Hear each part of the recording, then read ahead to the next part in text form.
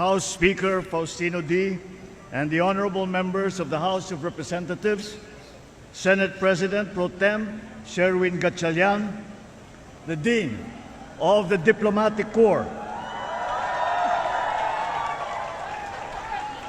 the Dean of the Diplomatic Corps and the Apostolic Nuncio to the Philippines, the Most Reverend Charles John Brown, and the Excellencies of the Diplomatic Corps, honorable members of the Cabinet, Manila City Mayor Isko Domagoso, AFP Chief of Staff General Romeo Browner and the Major Service Commanders, PNP Chief General Jose Melencio Nartates Jr., Philippine Coast Guard Commandant Admiral Ronnie Hill Gavan, First Lady Luis Araneta Marcos, my fellow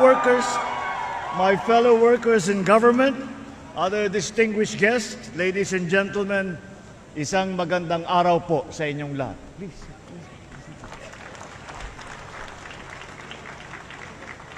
Sa araw na ito, ginugunita natin ang ika-128 anibersaryo ng Proklamasyon ng Kalayaan ng Pilipinas. Sa loob ng lampas 300 taon, naging kolonya ang ating bansa.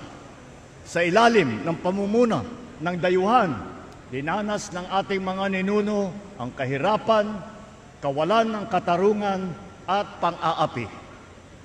Ang pagnanais natin na makamit ang hustisya at pagkakapantay-pantay ang siyang nagtulak sa lahing Pilipino na mag-alsa laban sa pamamahala ng dayuhan.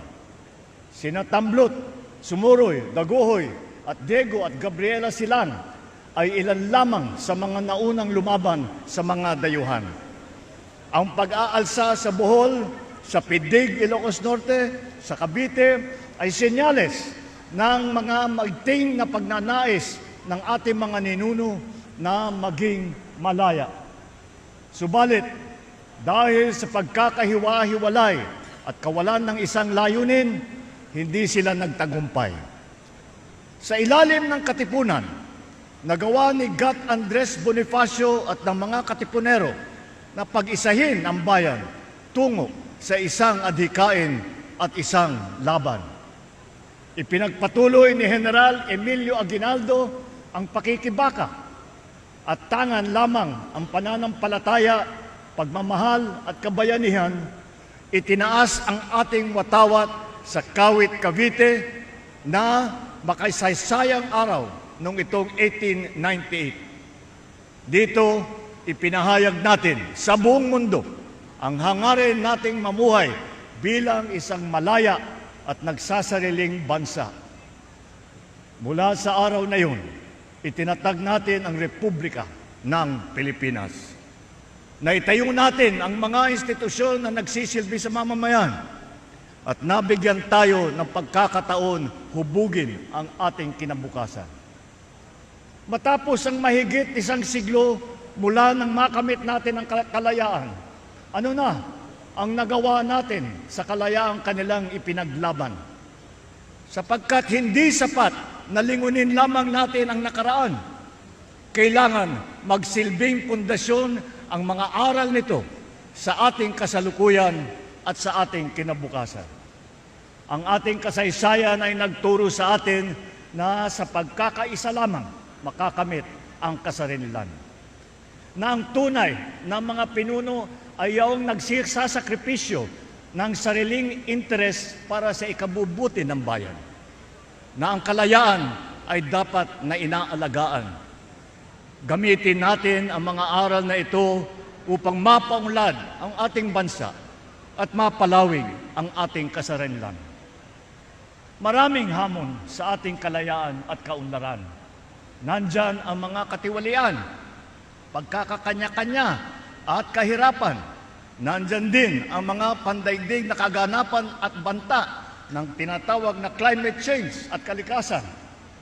Ngunit sa kabila ng mga ito, nananatili ang aking paniniwala at pag-asa sa galing, sipag at kabutihan ng ating lahi, ng lahing Pilipino. Sa maraming pagkakataon na ipakita natin ang ating kakayahan na manindigan para sa tama, na magmalasakit sa kapwa, na bumangon sa harap ng pagsubok. Lalo na sa panahon ng kalamidad, na ipapakita natin ang ating pagkakaisa, pagtutulungan at ang ating malasakit. Sa bawat Pilipino, ito ang aking panawagan. Huwag po tayong mapagod na mahalin, piliin at ipaglaban ang Pilipinas. Ipalalim natin ang ating kamalayan, maging mapanuri sa katotohanan. Gamitin natin sa tama ang ating kakayahan, hindi sa masama. Lumaban ng patas sa araw-araw, huwag pagsamantalahan ang pinagpaguran ng iba. At piliin natin ang ikabubuti ng bayan laban sa interes ng iilan. Kung mananatili tayong tapat sa mga adhikaing ito, matitiyak tayong magmamana ang mga susunod ng henerasyon ng isang bansa na mas matatag, mas makatarungan at mas maunlad.